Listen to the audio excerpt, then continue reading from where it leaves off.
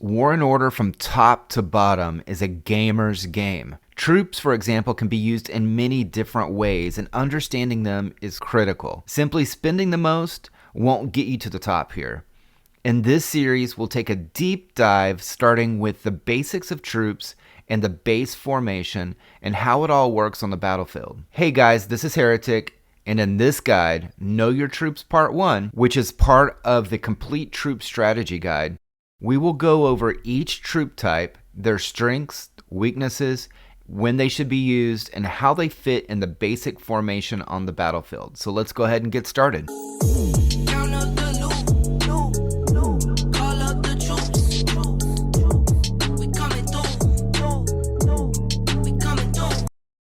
So there's four main troop types in War and Order. You have Infantry, Cavalry, Archers, and Mages.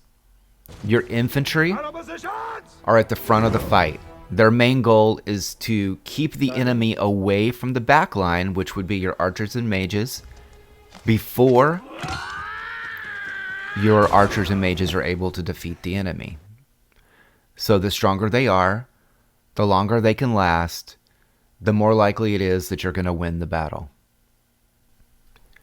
Even-tiered infantry are orcs. And when I say even-tier, just so you know what I'm talking about, if you look up here in the corner, the top left corner, you'll see 8 in Roman numerals, Orc Knight. That is an even tier. That would be tiers 2, 4, 6, 8, 10, 12, etc. They're orcs. They have a skill called Mage Resistance, which is it reduces the damage from mages by 25%. This is both good on offense and defense. Your odd tier, which would be tier 1, 3, 5, 7, 9, 11, 13, on the other hand, are human. They have a skill called Blockade. It raises their hit points when you are the defending side. So human infantry are made for defense. So this is when someone's attacking your tower, someone's attacking your individual castle. When you are reinforcing someone else, you want to use your odd tier.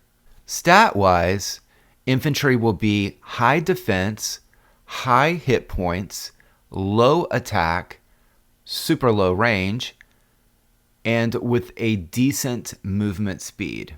All right, let's go ahead and move on to your cavalry.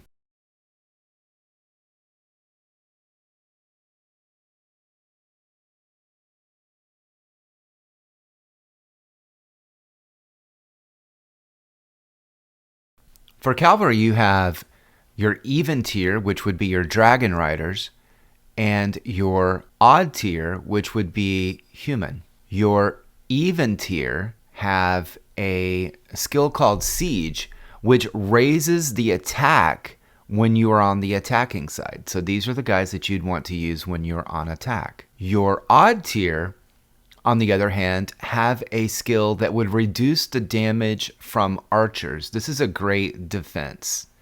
They could be used on offense as well. This will keep them alive a little bit longer whenever you're facing archers. All right, so cavalry in War and Order are super interesting. They're on the edges, both ends of the formation. So you have infantry in the middle at the front, and then you have your cav on the corners. And what happens is the infantry engages the front line, and the cav whip around and they flank. So they'll come around the sides and attack.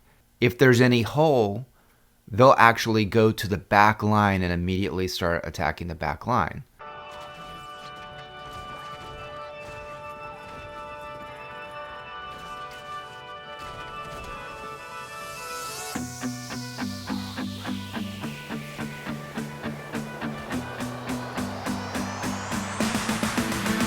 All right, so let's go ahead and move to your archers. Your archers are in the middle back, so they're typically right behind your infantry. They have high attack, medium defense, medium hit points, decent movement speed, and decent range.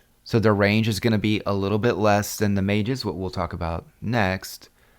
Their hit points will be higher than a mage. Their movement speed will be a little bit higher than a mage. Your even tier are your elves, and they have a skill called Restraint Infantry. And so this is really important. They have a 30% damage buff against infantry. So their goal is to knock out the opponent's infantry as quickly as possible. The odd tier have the same thing, but against mages. So their goal, their bonus, is going to be knocking out the enemy's mages. All right, so last but not least are your mages.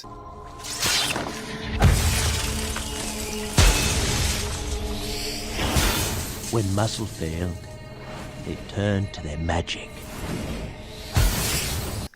They're on the corners of the back row in your formation. So they would go directly behind the cavalry. And we're talking about the basic formation. The even tier mages are your elves. They have bonus damage to all soldiers during city defense. So these are your defensive troops. So you want to send your even tier mages on defense. So that's reinforcing someone, a tower, etc. Or taking a hit on your castle. And your odd tier have a bonus against cav. This comes in handy towards the end of the game when you're facing people in their upper 30s, because a lot of people will start to go heavy cav. So having this bonus will be great. Again, they have the lowest amount of hit points, the lowest amount of defense, the highest amount of attack, the longest range. They're the slowest troop. They're your glass cannons. So let's look at how all these guys actually fit on the battlefield. Like I was saying, the infantry are in the very front row in the middle. The cav are on either side of them on the front row. Behind the infantry are your archers.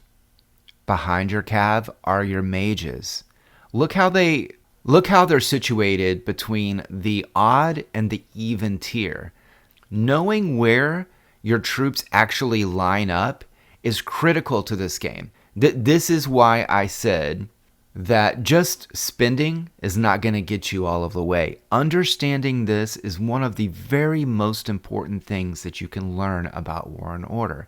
How to use your formation and how to prevent the enemy from exploiting your weaknesses while you're exploiting theirs.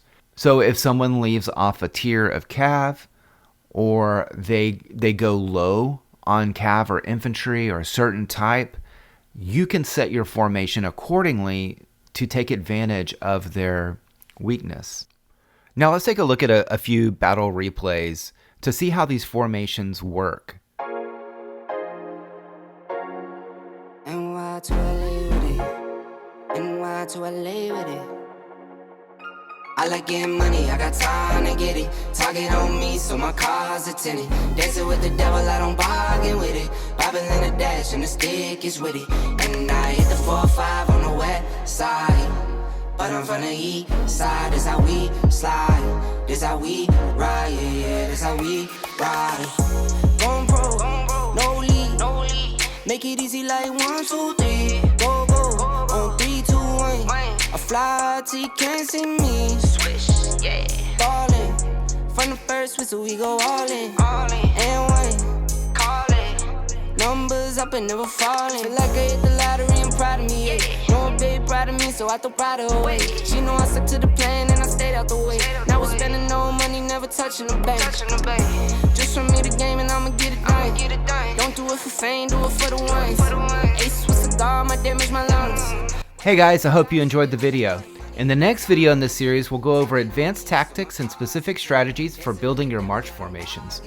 A companion series on War and Order statistics is coming soon, which, along with Know Your Troops, will help you dominate your realm.